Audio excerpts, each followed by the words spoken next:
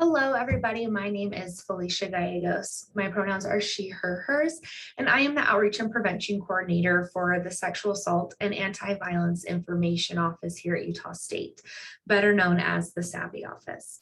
My office provides confidential advocacy and therapy to survivors of violence within our USU community, whether that be a student, faculty, or staff member. And I am here today to talk to you about trauma-informed response. How do we respond to somebody who is disclosing to us an experience of sexual misconduct in a way that recognizes the trauma that they've experienced and is a helpful response, a helpful supportive response to them. So with that being said, that is what you're here to learn about. If you clicked on the wrong link, you can escape now, or you can stay and learn something. So I have two agenda items for today. The first part of this presentation, we are going to look at the impact of trauma that trauma has on somebody. So both internally and externally, right? Then we're going to talk about various ways to implement trauma-informed practices in your everyday life, not just as your professional role, but this will be helpful for you in your personal life as well. The first thing I want us to enter this conversation thinking about is that trauma-informed is a tool that you don't just pull out when somebody is disclosing to you sexual misconduct. Being trauma-informed is more of a value. It's a way to live your life, right? So I don't want you to think, okay, I'm going to pull out these tools that Felicia has taught me when someone's disclosing to me. Being trauma-informed is a 24/7 thing, right? Because sometimes people won't come to us directly, but we can recognize trauma and maybe then approach them, right? So keeping in mind that these tools are applicable all day, every day as we go through this presentation. So again, the first step is understanding the impact of trauma. So in order to respond to a survivor, I find that when I do these trainings, individuals are really nervous about saying the wrong thing, or are just nervous about, traumatizing somebody more. And that's a very valid concern. And I find that that concern is answered when you understand what someone going through trauma is likely experiencing, right? When you understand and kind of put yourself in their shoes, you're going to naturally know what is going to be hurtful to say and what is going to be helpful. So I want to begin by talking about signs that you might see with somebody that has had a traumatic experience. Because as I mentioned earlier, the likelihood of someone coming forward and disclosing an experience isn't very high. And we'll talk about in a moment all the barriers survivors face to coming forward about their experience. But the ability for you to recognize trauma in somebody and then approach them is going to be higher than them coming to you. So when somebody has a traumatic experience, whether that's an unhealthy relationship, sexual assault, sexual harassment type behavior, their immediate response can look a number of ways. First of all, they might be in denial of what happened to them. We see this a lot, right? They just kind of push their experience to the back of their mind and don't want to think about it. They may be in shock at the same time. They may not even be actively denying their experience. They may be in a state of shock, unable to talk about, recognize, process what happened to them. They also might be confused about what happened. So we are shown in movies and TV shows that things like sexual assault happen by strangers, right? And so if somebody experiences something that doesn't fit what they've seen in TV shows and movies, they're going to be questioning that experience and wondering if what they experienced really was violence or not.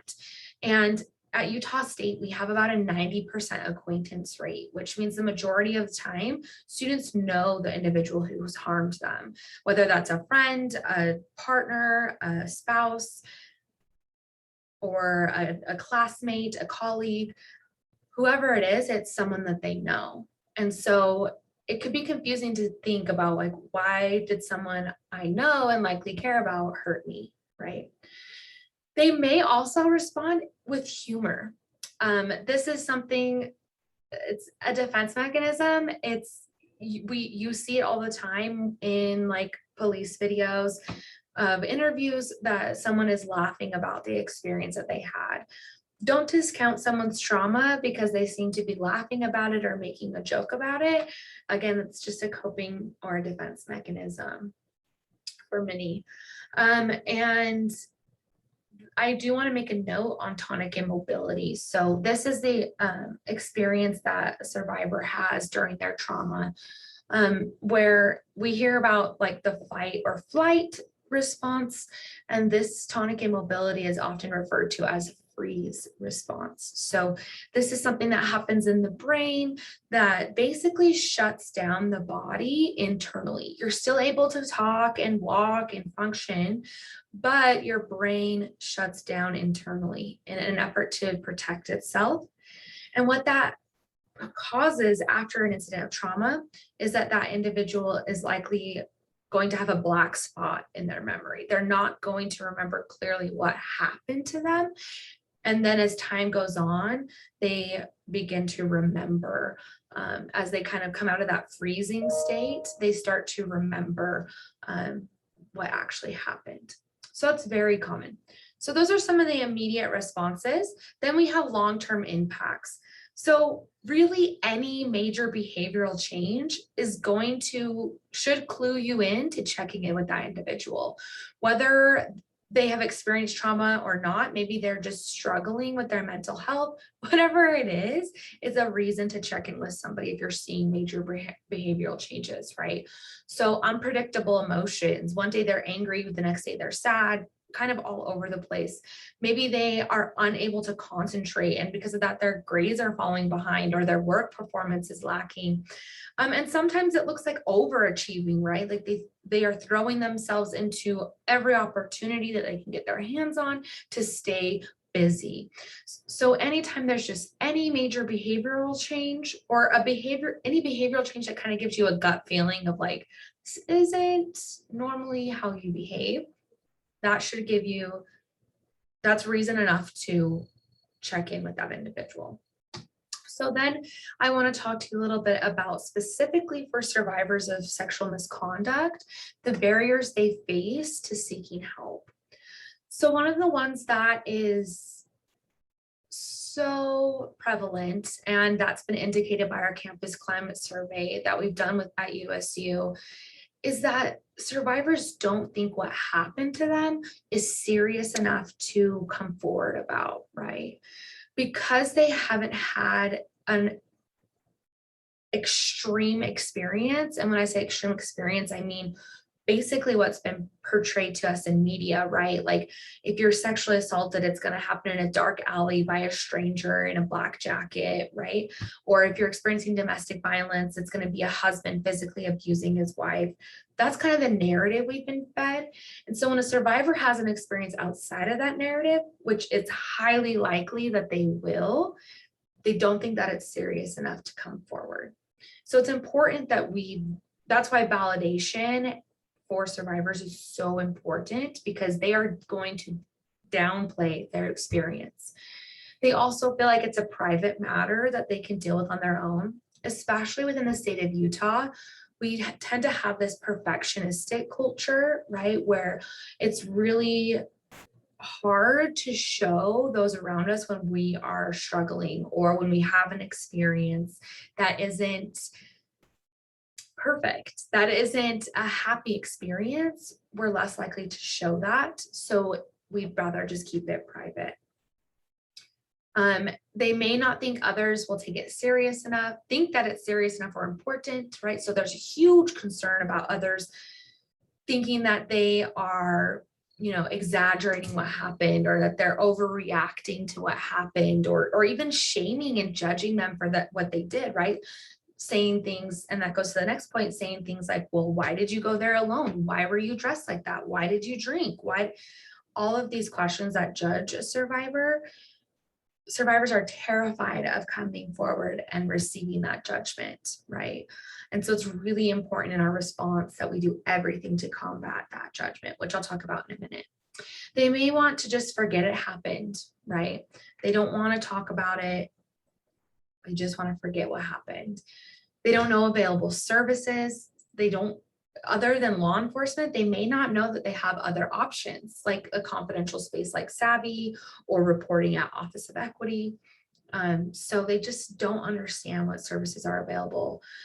They may be worried about what else may happen to them, about getting in trouble themselves. For example, if they were underage drinking at the time of their assault, they might be worried that they're going to get an MIP or in trouble with the university if they're a student. And so it's really important that we notify survivors that we do have an amnesty policy, and so does law enforcement, that if someone has experienced a sexual assault, that we're not going to be so concerned with the underage drinking, and to remind a survivor that their drinking had nothing to do with their assault, right? A survivor is never responsible in any way for the harm somebody else caused them.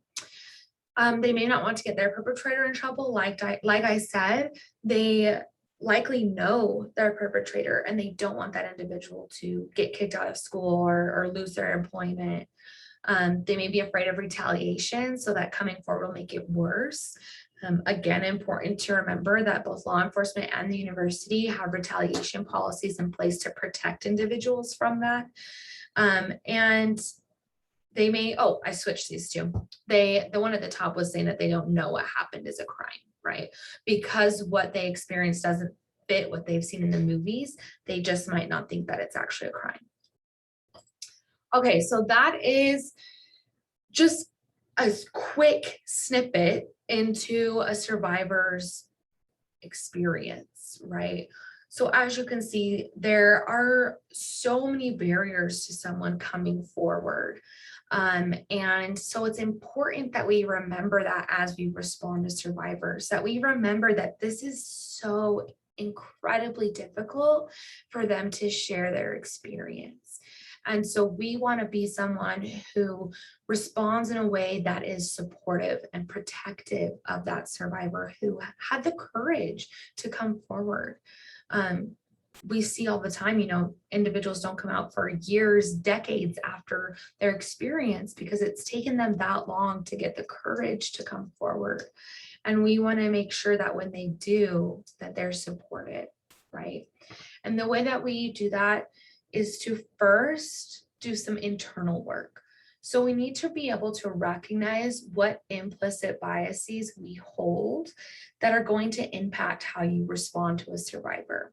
So as I was going through those barriers, you might have felt some implicit biases coming forward, right? When I say things like, it doesn't matter how much somebody has drank or any drugs that they've done, they are never responsible for the violence that they experience.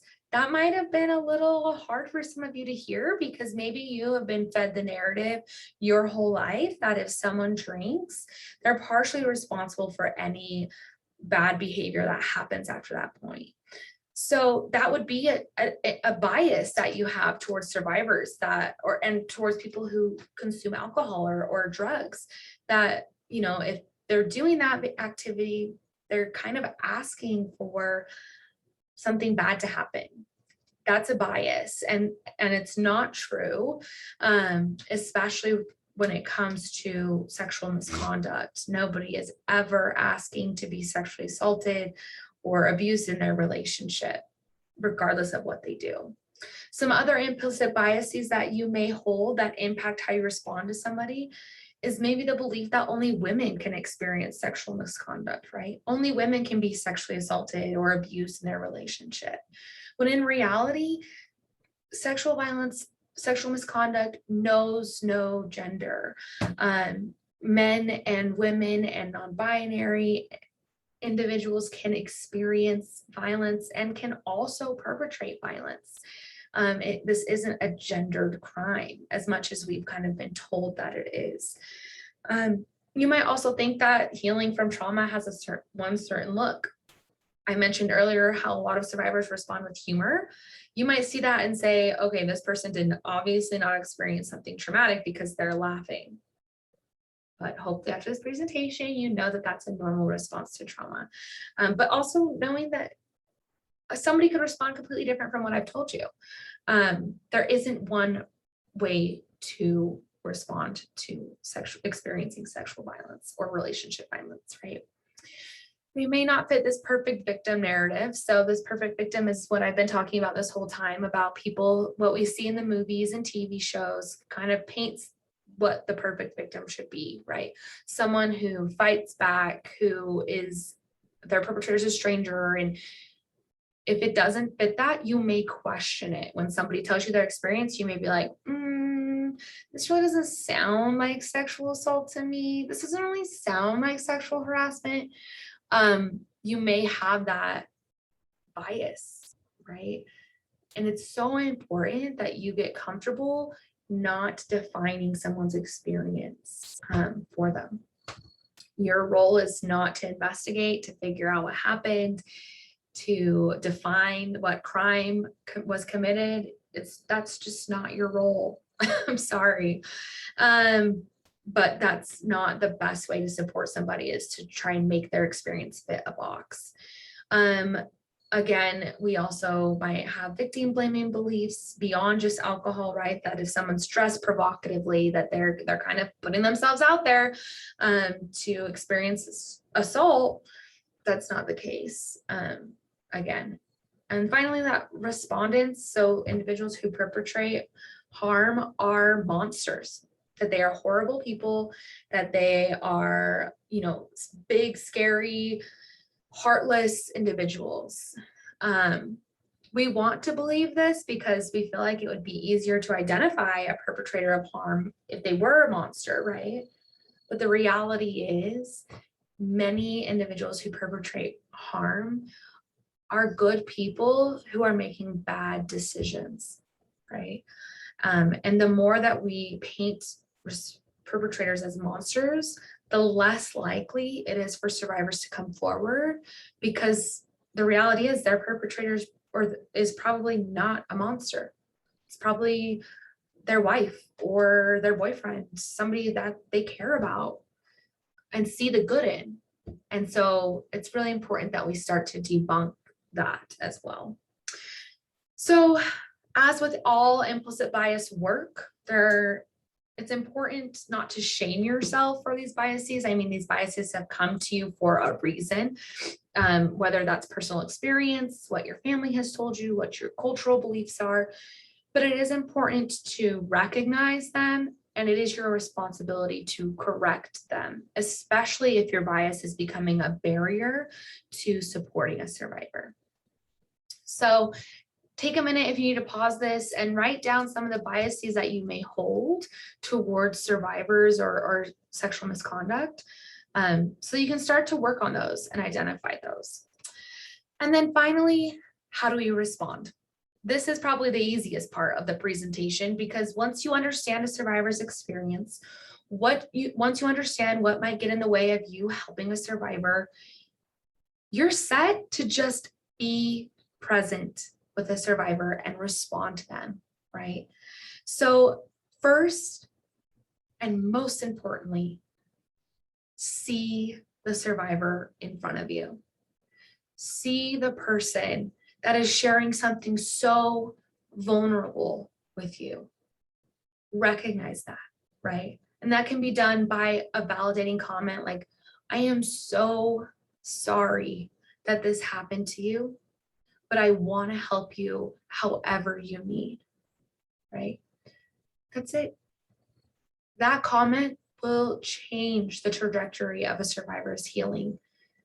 If a survivor comes forward and they aren't believed, right? If the first response is, well, why did you wear that? Or why didn't you come to me sooner? Or, they're judged or questioned in any way, research shows that they're likely to never come forward about their experience ever again. And so we do not want to silence survivors. And and the way that you avoid silencing someone is just validating them, right? The next step is you want to make sure that if you have a reporting responsibility, that you interrupt them and let them know that. It is going to do much more harm for a survivor to tell you their whole experience and then be told, okay, I have to share this information with the Office of Equity, right?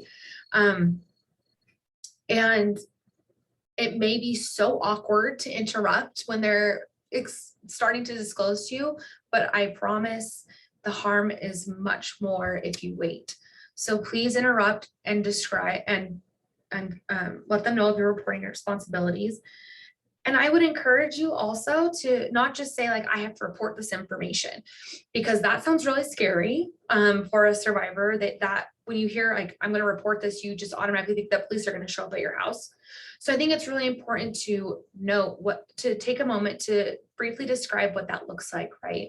So that could be, I have to share this information with the Office of Equity, and that I share that information because they want to make sure that you are supported. So they're going to reach out with an email that is encouraging you to meet with somebody in their office to talk about all the options you have here at Utah State, whether that's confidential support, reporting with the university, or reporting with law enforcement. And then you have the decision. You get to make up your mind about whether or not you share that info, whether you respond to that email, excuse me. And that kind of demystifying what that process looks like may make them feel comfortable with the fact that you have to share and report, right? It may not seem so scary when they know what it's going to look like after you share that information, rather than you just saying, I have to report this information. That feels scary. They may still choose not to continue their conversation with you. And that's when it's important for you to share resources, get them connected to Savvy. Savvy has mobile advocacy, so we can go anywhere on campus if you call us. During hours, if you call our main office line, which I'll share in a moment, or after hours, if you call USUPD dispatch, we have an on-call advocate that can show up. So making sure, that they're connected somewhere, or at least given the resources. It's also important to ask about someone's safety.